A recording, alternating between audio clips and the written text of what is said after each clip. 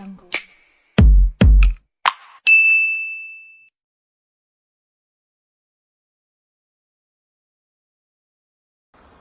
Sebelum memulakan perbincangan pada hari ini, eloklah kita berkenal-kenalan dengan ahli kumpulan saya.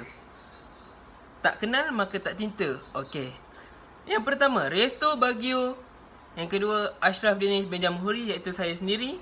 Kemudian Muhammad Haris, Muhammad Aiman Zafri, Muhammad Alif bin Kamarudin, Ahmad Safwan, Muhammad Nur Afendi, Ahmad Huzairi, Muhammad Nazmi, Muhammad Rizman bin Rusli dan akhir sekali Ezri Iskandar.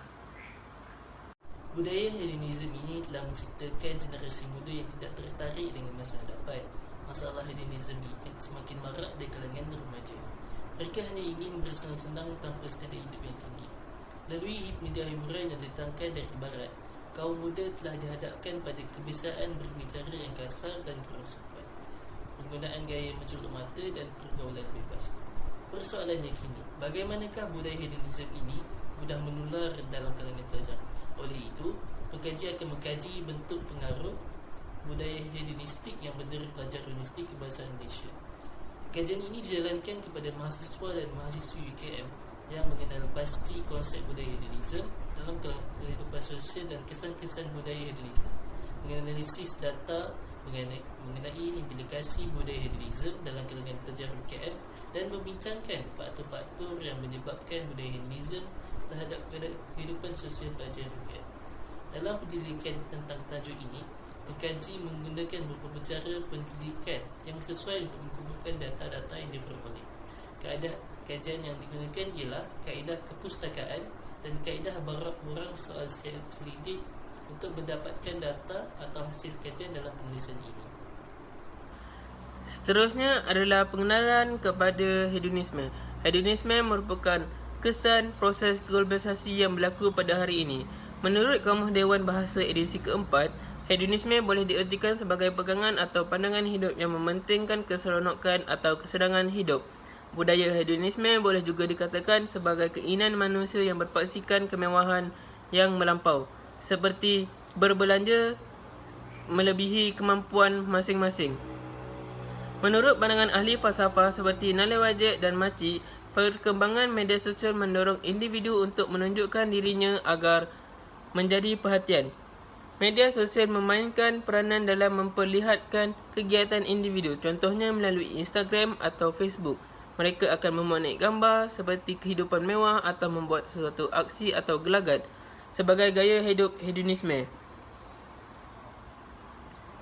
Secara komprehensifnya, hedonisme dimaknakan sebagai kepercayaan bahawa tujuan utama kehidupan adalah untuk menikmati hidup dan kehidupan yang terbaik adalah kehidupan yang paling menyenangkan. Hedonisme juga membawa maksud yang pelbagai, sama ada sebagai gaya hidup, gaya fikir, nilai, amalan, kepercayaan dan etika. Menurut Aristotle, seorang hedonis itu berhak untuk memiliki kehidupan yang menyenangkan dan kehidupan yang paling menyenangkan adalah kehidupan yang paling membahagiakan. Seterusnya, sejarah hedonisme di Malaysia. Hiburan adalah salah satu unsur budaya yang asas dalam sesebuah masyarakat dunia untuk mengisi masa senggang dan sebagai satu eskapisme daripada beban tugasan seharian. Sejarah telah jelas merakamkan bahawa masyarakat Melayu sejak zaman pemerintahan federal lagi telah menunjukkan pengabaian nilai Islam secara terang-terangan dan pengamalan nilai hedonisme yang berlebih-lebihan dalam hiburan seperti menghisap candu dan mandat, pelacuran, perjudian, misalnya bersabung seperti yang dinyatakan oleh Abdullah Munshi dalam beberapa penulisan beliau. Okey, bagi latar belakang kajian, remaja sekarang hidup dalam kebebasan secara sosial dengan memfokuskan pada apa yang mereka lakukan untuk kesenangan dan kepuasan hidup. Nilai murni kehidupan sosial hilang kerana kenikmatan duniawi yang hanya ditentukan oleh nafsu keinginan mereka sendiri. Cara hidup ini dikenal dengan budaya hedonisme. Budaya hedonisme telah menciptakan generasi muda yang tidak tertarik dengan masa depan.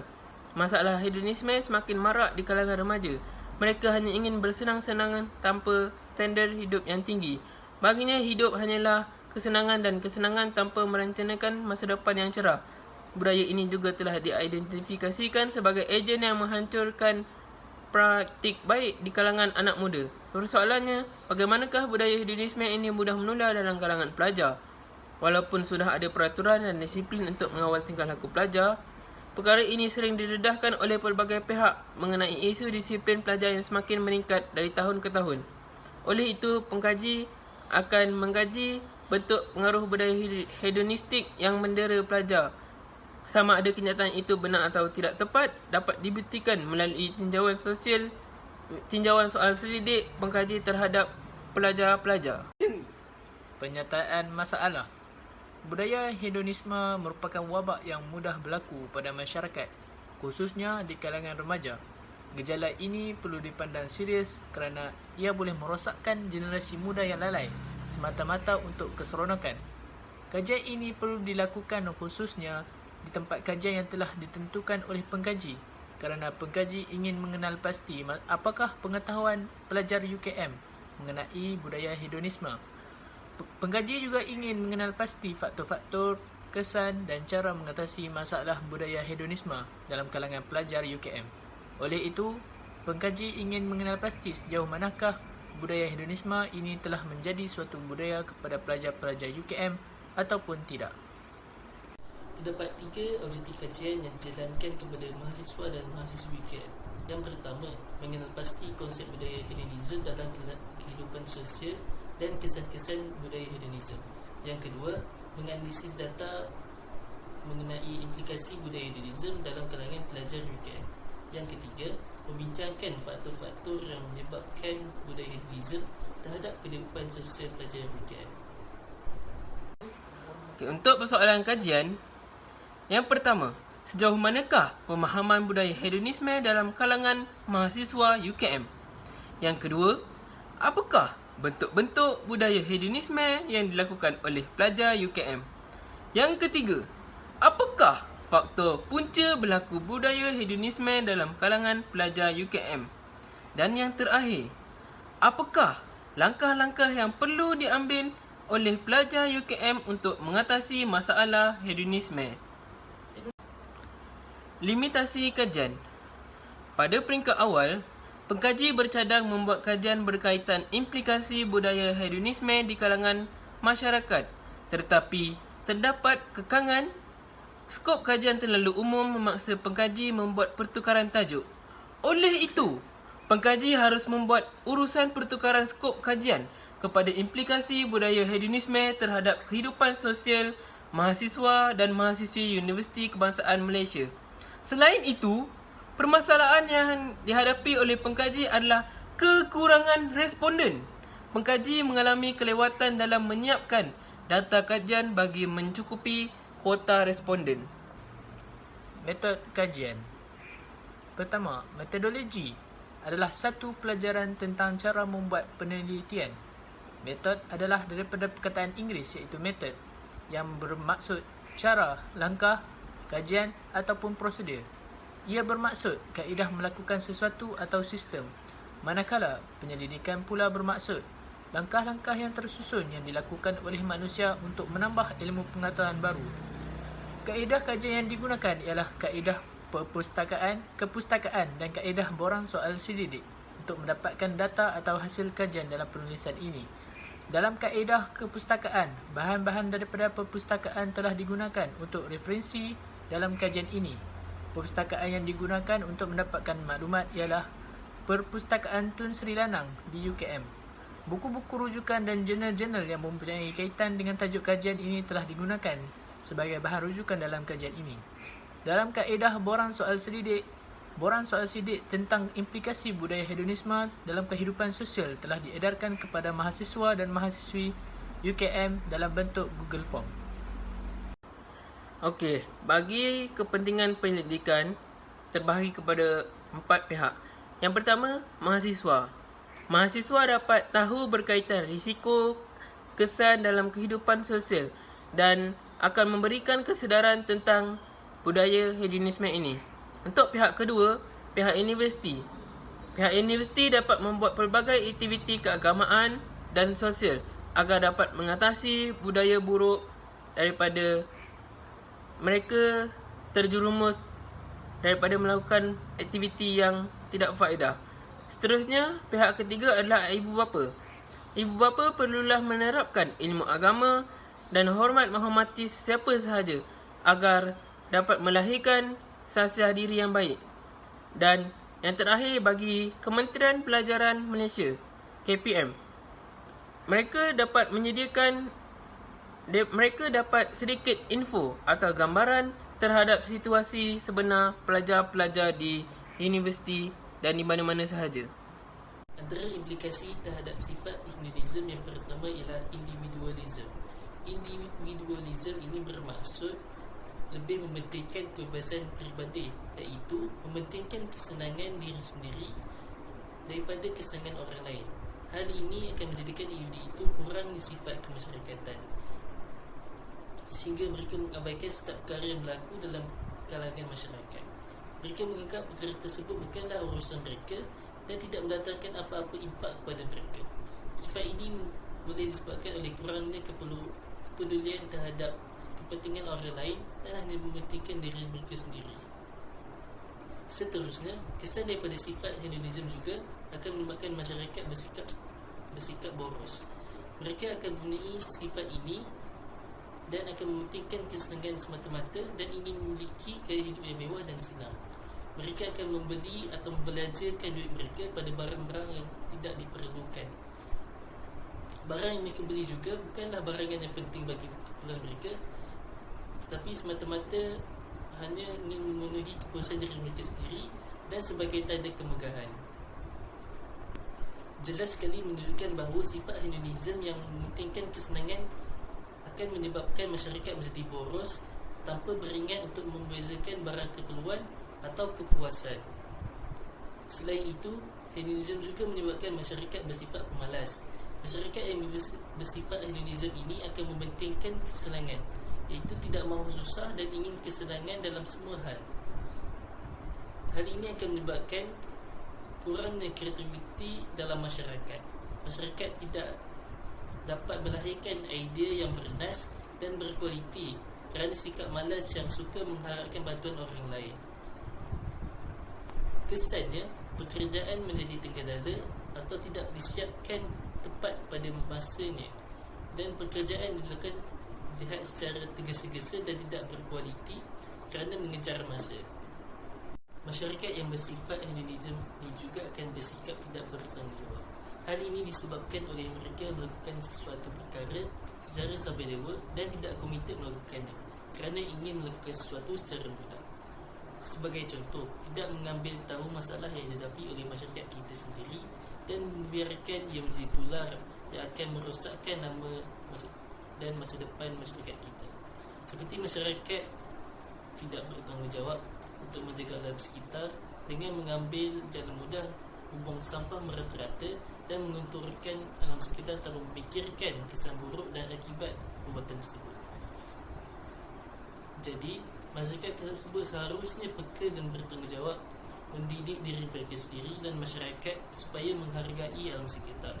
Hal ini kerana masyarakat yang tidak bertanggungjawab akan menyebabkan negara kita mundur dan tidak berkembang pada masa depan.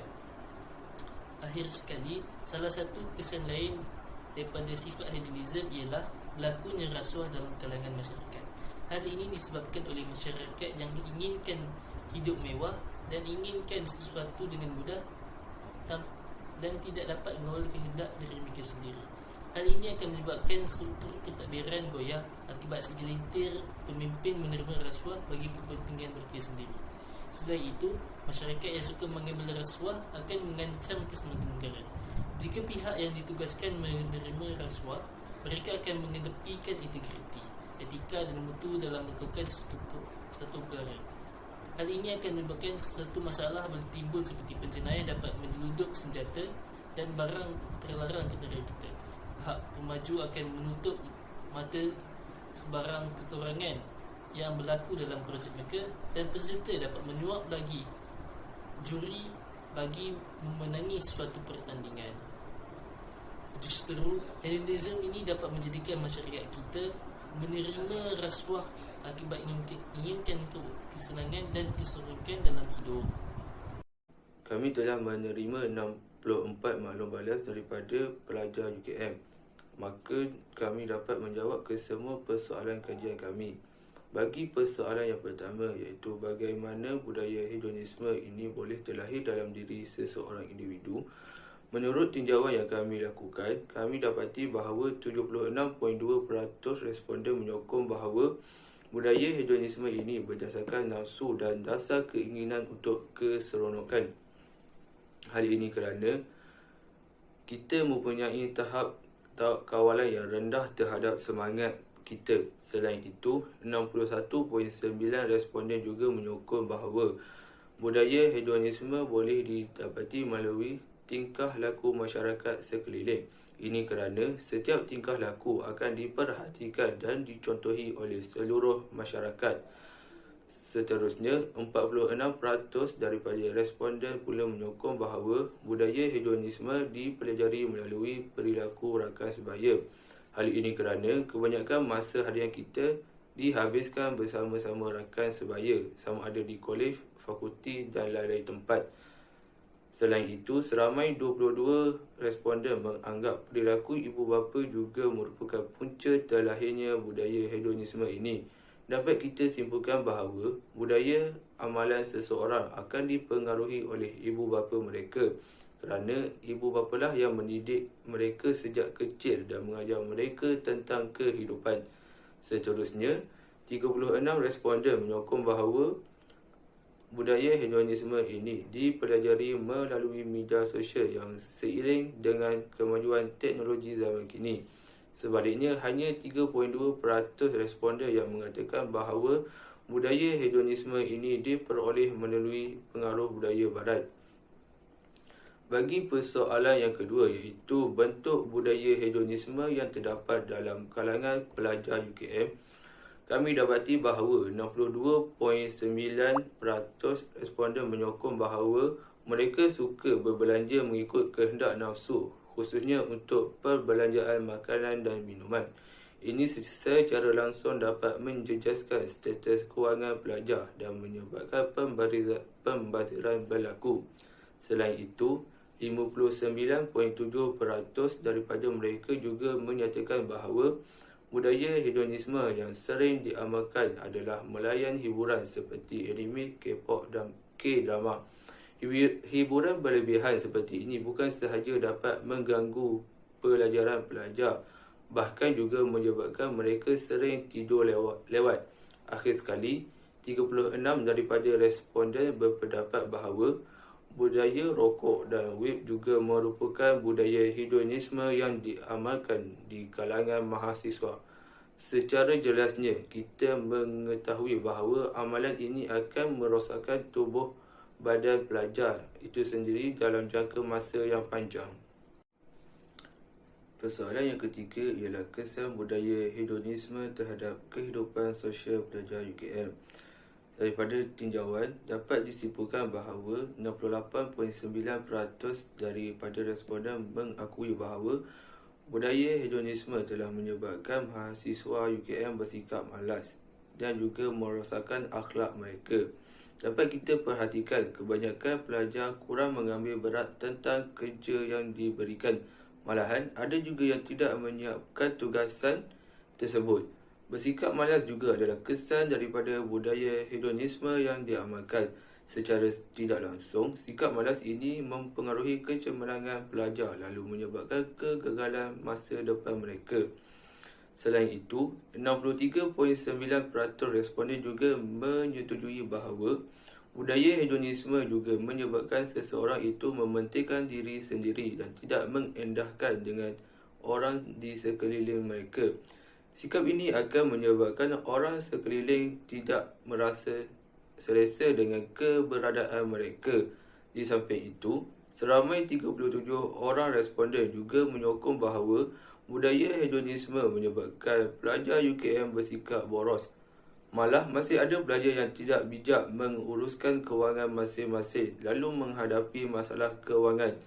Selain itu, 42.6% responden juga berpendapat bahawa budaya ini akan memudaratkan kesihatan mahasiswa.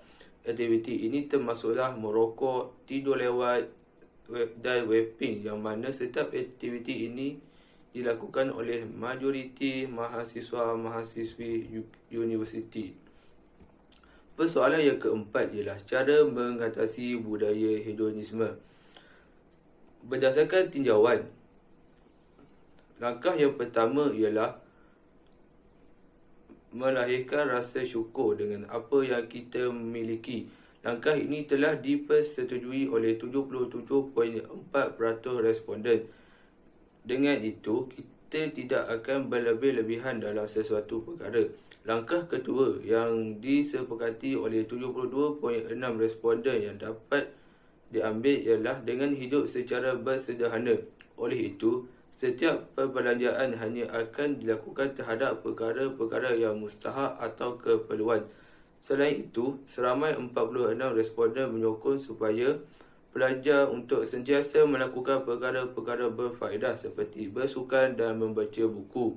Seterusnya, 56.5% responden menyatakan bahawa pelajar hendaklah membuang sikap suka menangguhkan kerja supaya setiap kerja yang diberikan dapat disiapkan dalam tempoh masa yang diberikan. Selain itu, seramai 37 responden menyokong bahawa langkah yang dapat diambil adalah dengan menghindari perkara yang melalaikan dan juga menanam sikap tanggungjawab dalam diri masing-masing. Berkaitan kewangan, 61.3% responden menyokong bahawa pelajar hendaklah berbelanja mengikut keperluan. Secara langsung, jumlah duit yang digunakan secara bulanan dapat dianggarkan lalu dapat menyelesaikan masalah kewangan dalam kalangan pelajar. Pelajar juga perlulah sentiasa berhati-hati dalam pergaulan seharian, terutamanya antara lelaki dan perempuan, kerana bimbang pergaulan yang terlalu bebas antara lelaki dan perempuan akan membawa kepada perkara yang tidak diingini. Akhir sekali, nilai-nilai murni juga haruslah diterapkan dalam diri masing-masing agar dapat menjalani hidup dengan lebih baik di samping menjadi contoh teladan kepada masyarakat luar. Terdapat banyak faktor yang menyebabkan budaya hedonisme ini berlaku dalam kalangan masyarakat. Faktor-faktor ini boleh dibahagikan kepada dua bahagian, iaitu faktor dalaman dan juga faktor luaran. Faktor dalaman boleh dibahagikan kepada dua bahagian, iaitu sifat manusia dan juga gaya hidup manusia. Sifat manusia yang sukakan keseronokan dan kesenangan merupakan suatu sifat yang tidak asing lagi dalam diri kita. Selain itu, manusia juga selalu bersifat tamak dan tidak berpuas hati dengan apa yang dimiliki, menyebabkan masyarakat sentiasa merasai kekurangan. Disebabkan oleh itu, masyarakat akan membelanjakan duit kepada perkara yang sia-sia demi mendapatkan kepuasan diri. Selain itu, gaya hidup manusia mempunyai kecenderungan dan minat ke arah aktiviti yang selalu menekankan kepada kesenangan hidup, menyebabkan kita terjerumus kepada budaya hedonisme. Hal ini boleh berlaku kerana kita suka menghabiskan masa di luar rumah serta senang mengikuti trend dan menghabiskan duit demi kepuasan diri. Terdapat 4 faktor luaran yang menyebabkan budaya hedonisme ini berlaku. Faktor luaran yang pertama ialah kurang pengawalan dan pengawasan ibu bapa. Pada hari ini, ibu bapa terlalu sibuk dengan kerjaya masing-masing sehingga mengabaikan tanggungjawab mereka sebagai ibu bapa untuk mendidik anak-anak.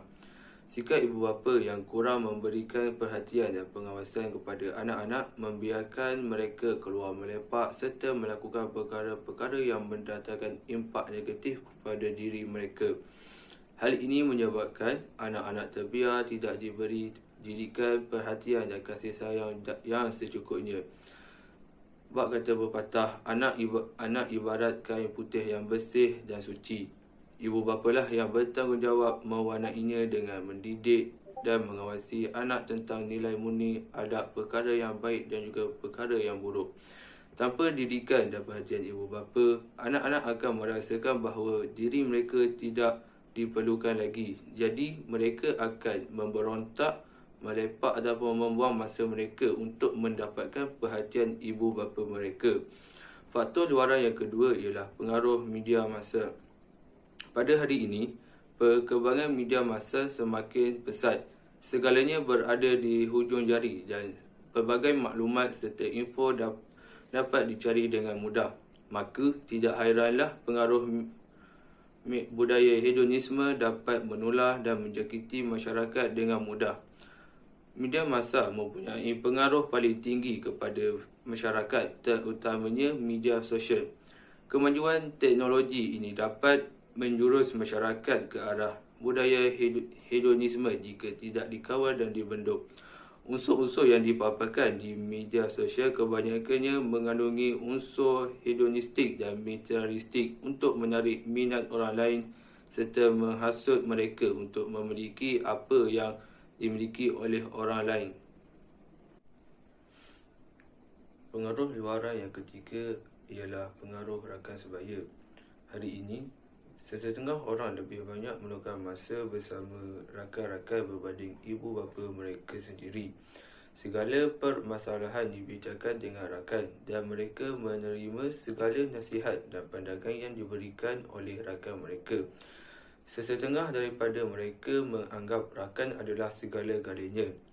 Ini menyebabkan mereka mudah terpengaruh dengan gejala sosial yang tidak sihat. Rakan adalah cerminan diri kita sendiri. Jika kita bergaul dengan rakan yang baik akhlaknya, maka baiklah adab dan perilaku kita. Dan jika kita bergaul dengan rakan sebaya yang berakhlak buruk, maka buruklah akhlak kita. Penyebaran budaya hedonisme melalui pergaulan rakan sebaya amatlah ketara jika kita bergaul dengan rakan yang kurang berakhlak. Hal ini kerana kita mudah terpengaruh dan terjebak dengan gejala sosial yang lebih mementingkan kepentingan hawa nafsu dan keseronokan. Melalui perkara ini, lahirlah budaya melepak, merokok dan berfoya-foya. Gejala ini berlaku disebabkan oleh sifat inginkan kebebasan dan keseronokan melalui aktiviti yang dilakukan. Dan perkara ini dianggap dapat menghilangkan stres. Faktor luaran yang keempat adalah kurangnya pegangan agama. Agama merupakan kunci utama keimanan seseorang. Dengan adanya pegangan agama, kita dapat membezakan perkara yang baik dan buruk. Apabila pegangan agama kita lemah, maka kita mudah terpedaya dengan keseronokan duniawi sehingga terlupa akan perkara baik dan buruk, sehingga terjerumus dalam budaya hedonisme.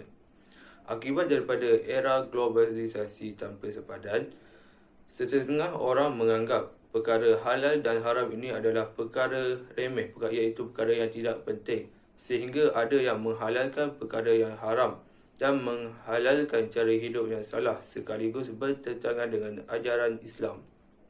Kesimpulannya, kajian ini telah membincangkan secara terperinci berkaitan latar belakang kajian, pengertian tajuk, permasalahan kajian, persoalan kajian, kepentingan kajian, skop kajian, definisi kajian, kajian-kajian lepas, metodologi kajian dan masalah kajian. Kajian ini bertujuan untuk menilai tahap pemahaman dan pengaruh budaya hedonisme di kalangan mahasiswa dan mahasiswi UKM. Bentuk alat kajian yang digunakan dalam kajian ini adalah melalui soal selit pelajar. Dengan cara ini, pelajar lebih memahami apa itu hedonisme dan implikasi budaya hedonisme terhadap kehidupan sosial.